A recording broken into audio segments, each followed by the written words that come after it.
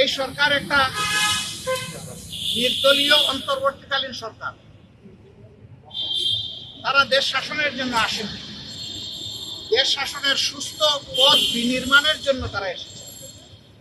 তাদের কাজ হচ্ছে জাতির সামনে যা জাতি বঞ্চিত ছিল পরপর 3টা নির্বাচনে জাতির সামনে একটা গ্রহণযোগ্য সুষ্ঠু এবং শান্তিপূর্ণ নির্বাচন উপহার দেওয়ার পরিবেশ তৈরি।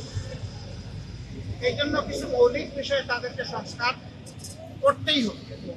সে কি কি মৌলিক বিষয়ে তারা সংস্কার করবেন সেই ব্যাপারে আমরা কথাবার্তা বলেছি এবং আমরা আশা করছি আগামী 9 তারিখ আপনাদের মাধ্যমে জাতির সামনে আমরা আমাদের প্রস্তাবনাগুলো উন্মুক্ত করবো ইনশাআল্লাহ।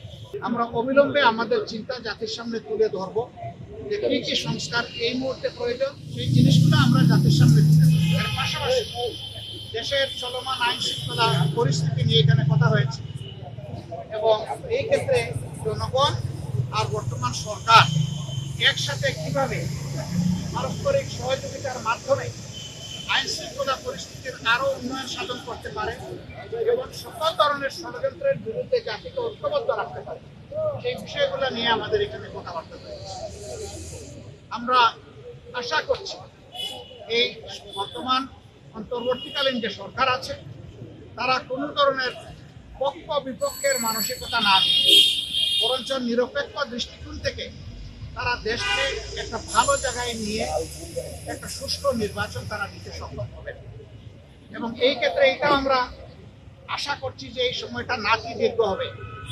আমরা শুরু থেকে বলে আসছিলাম সংস্কারের জন্য সরকারকে আমরা যৌক্তিক সময় দিতে চাই। সেই যৌক্তিক সময়টা কি হবে এটা নিয়ে অচিরেই আমরা কাজ করব এবং সেটা আপনাদের সামনে ইনশাআল্লাহ চলে আসবে। আসন্ন দুর্গাপূজায় আইন শৃঙ্খলা পরিস্থিতি সুন্দর রাখার জন্য করণীয় কি আমরা সেগুলো আলোচনা করেছি। আমরা বলেছি সরকারের সাথে জনগণের পার্টনারশিপ রাখবে, জনগণের সহযোগিতা প্রয়োজন হবে। এই সরকার এবং জনগণ মিলে আইন শৃঙ্খলা বাহিনী এবং জনগণ যদি একসাথে কাজ করে আমরা আশা করছি একটা অভূতপূর্ব দুর্গাপূজা আমাদের হিন্দু ধর্মের ভাই বোনেরা তারা উদযাপন করতে সক্ষম হবে। আমরা সেটা আশা করি। আপনাদের সকলকে ধন্যবাদ। সংস্কারের প্রস্তাবগুলো বলেছেন সেই কথাটাই বলছিলাম যে বাধা ঝাঁপির মূল্য 1 লক্ষ টাকা, খুলে দিলে দাম কমে যায়।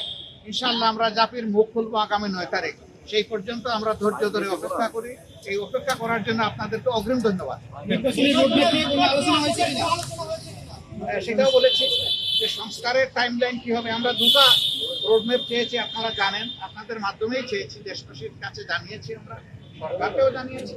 একটা রোডম্যাপ হবে সংস্কারের, আর একটা রোডম্যাপ হবে নির্বাচনের। সংস্কারটা সফল হলেই নির্বাচনটা সফল হবে। এই জন্য 2টি বিষয়ের উপরে আমরা গুরুত্ব দিয়েছি এবং তাদের সাথে আমাদের আরো ডায়ালগ হবে। আর খুব অচিরেই এই বিষয়টা তারাও প্রকাশ করবেন, আমরাও প্রকাশ করব এবং এটা খুব দেরি হবে না ইনশাআল্লাহ।